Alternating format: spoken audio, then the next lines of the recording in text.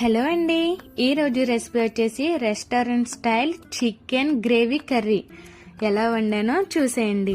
కొంచెం ఆయిల్ వేసుకొని అందులో 2 యాలకులు, లవంగాలు, దాల్చిన చెక్క వేసుకొని కొన్ని ఉల్లిపాయ ముక్కలు అండ్ కొన్ని టమాటా ముక్కలు వేసుకొని బాగా మగ్గించాలి. ఇవి బాగా మగ్గిన తర్వాత అందులోనే ఒక 10 జీడిపప్పు పలుకులు వేసుకొని బాగా వేపుకోవాలి.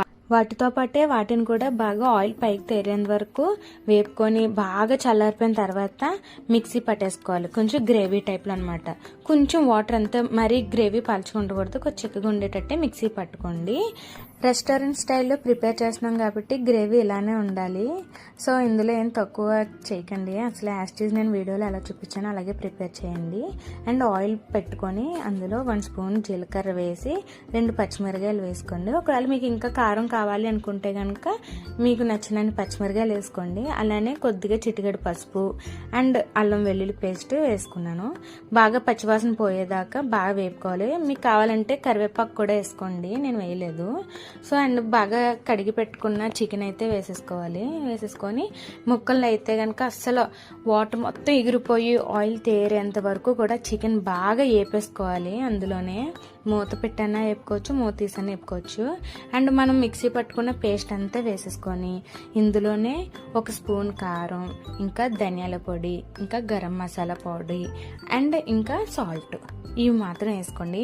మీ దగ్గర జీలకర్ర పొడి ఉంటే జీలకర్ర పొడి కూడా వేసుకోండి. ఇవన్నీ వేసుకొని వాటితో పాటే బాగా మిక్స్ చేసి బాగా కలుపుకోవాలి. అండ్ గ్రేవీ మనం ఆయిల్ పైకి వచ్చేదాకా ఇంకా వాటర్ వేయకూడదు. వేయకముందు ఆయిల్ పైకి వచ్చేదాకా కూడా మూత పెట్టి మీడియం ఫ్లేమ్లో అయితే కుక్ చేసుకోవాలి.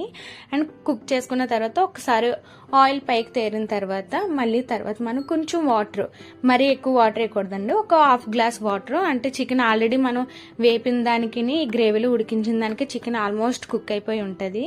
ఇంకొంచెం ఇలాగ ఆయిల్ తేరిన తర్వాత ఇంకొంచెం వాటర్ పోసి బాగా అయితే కనుక మనం మాసాన్ని ఉడికించుకోవాలి.